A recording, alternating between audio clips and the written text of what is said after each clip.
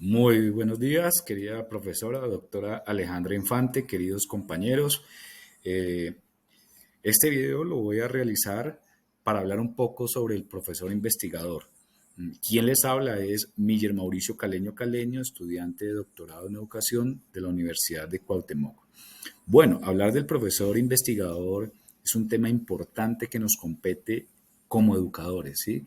Que la sociedad lo exige, lo está exigiendo a nuestros estudiantes y en el aula debemos fomentar y ser ese profesor investigador. Por tanto, voy a hablarles un poco de 5 aspectos. El primero, los antecedentes históricos que hay sobre la ciencia y la relevancia en la investigación. Segundo, los valores e intereses en la investigación. Tercero, vamos a hablar un poco de esos paradigmas epistemológicos y su clasificación, la relevancia que tiene la ciencia, ¿cierto? En la práctica educativa. Y por último, vamos a hablar sobre algunas características que debemos tener como profesores investigadores. Entonces espero que a partir de este video pueda aportar en su formación y en la mía específicamente también, y quien pueda a su mano o a su vez ver este video. Entonces, partiendo de allí, vamos a hablar un poco rápidamente sobre esos antecedentes históricos que hay en la investigación. Entonces, primero, pues aquellos filósofos naturalistas, ¿no? Recordemos que históricamente la civilización que se considera como la base del pensamiento moderno es la griega, donde estos filósofos naturalistas, tales de Mileto, Anaximandro y Anaxímenes, pues trataron de romper esos mitos existentes que habían en estas sociedades de estos tiempos, ¿cierto? Asimismo, pues también es importante mencionar, digamos, a Sócrates, ¿ya? A Sócrates, a Platón y a Aristóteles. Ejemplo, Sócrates, con el método socrático, obligaba a sus discípulos a pensar por cuenta propia, ¿sí? Platón, que era un discípulo destacado, difería de las ideas de su maestro al decir que el mundo estaba dividido en 2 aspectos, uno que era el inteligible y otro que era el de la apariencia, es decir, uno del auténtico ser y el otro de los sentidos. Por otra parte, el discípulo de Platón, quien era Aristóteles, pues también difería de su maestro, ¿sí? Había como un choque allí de ideas, pero pues que se complementaban. ¿Y por qué difería? Porque decía que la visión de un mundo dividido, o que por el contrario, afirmaba más bien que todo es, que lo que está en la inteligencia ha pasado por los sentidos, ¿ya? Más adelante, un poco más, pues, más adelante Weber, ¿cierto? Max Weber, quien no podemos dejarlo atrás, sino que pues ese aporte fundamental que hace en la investigación cualitativa, cuando crea ese constructo científico, ¿sí? Esa teoría permeada por conceptos que implicó en sus estudios.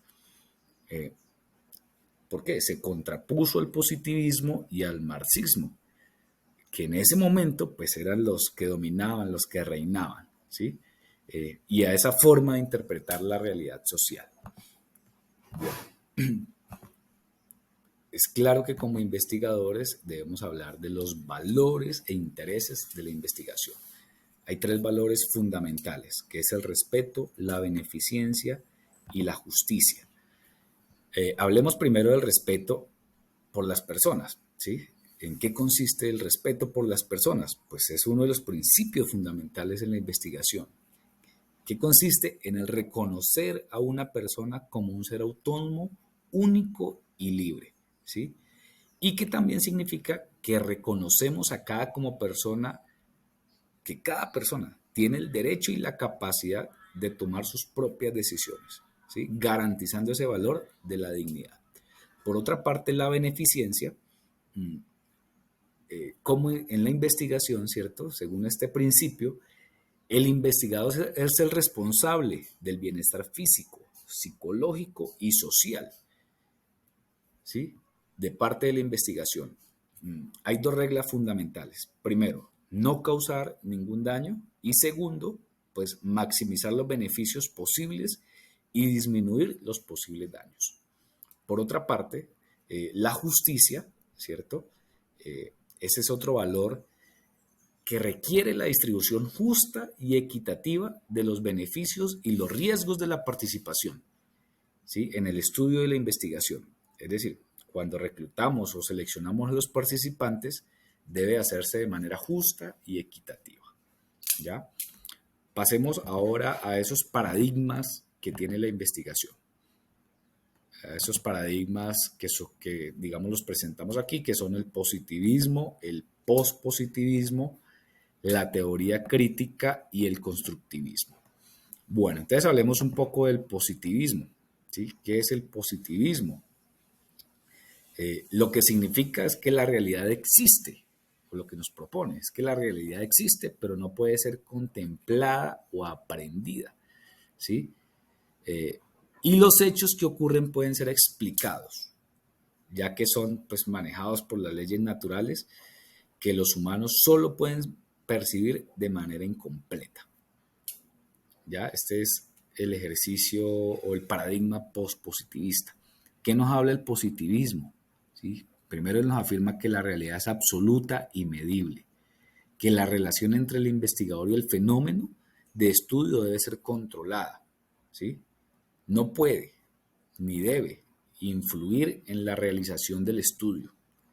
Y nos plantea, pues obviamente, que es lo fundamental de este paradigma sobre los métodos estadísticos inferenciales y descriptivos como la base de este paradigma. Por otra parte, la teoría crítica, ¿sí?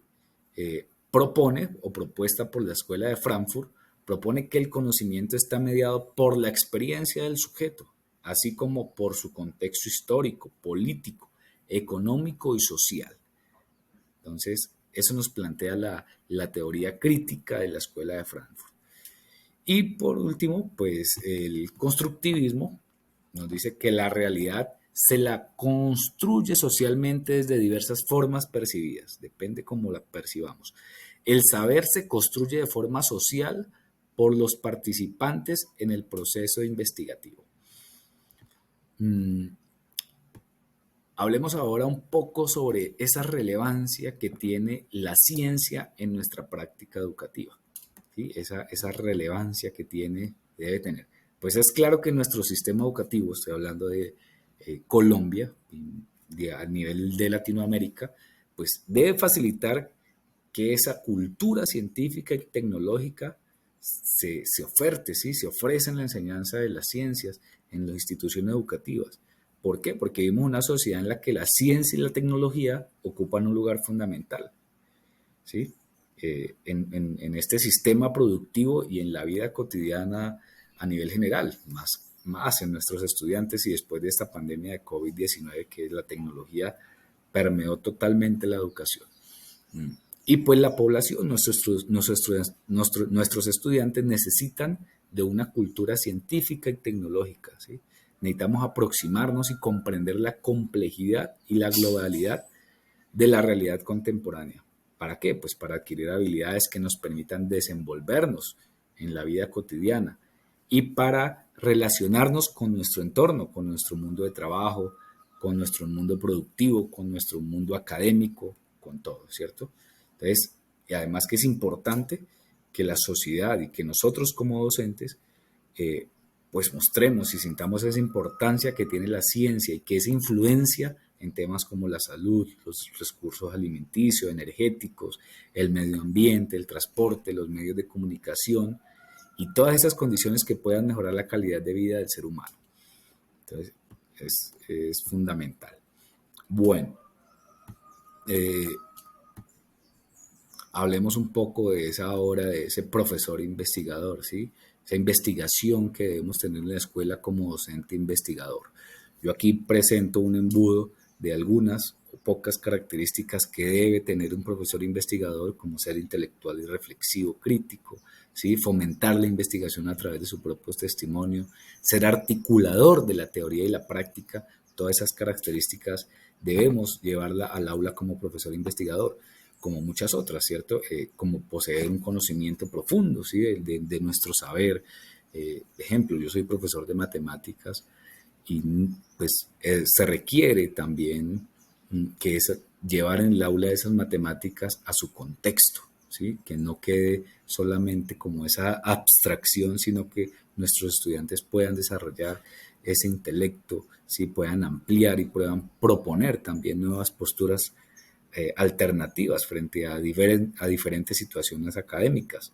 También debemos ser docentes flexibles, como lo pongo allí, que seamos abiertos, que permita o que permitamos articular la teoría y la práctica. ¿Mm?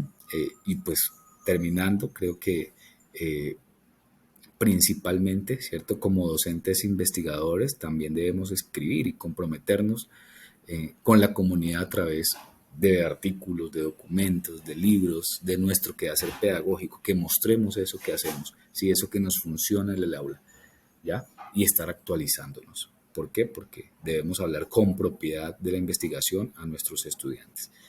Entonces, les agradezco, espero que este video pues, nos sirva y empecemos a construirnos y empecemos a reflexionar que debemos llevar la investigación al aula, ¿sí? Que debemos ser partícipes y debemos empezar a vernos como ese profesor investigador. Muchísimas gracias y que tengan un excelente día.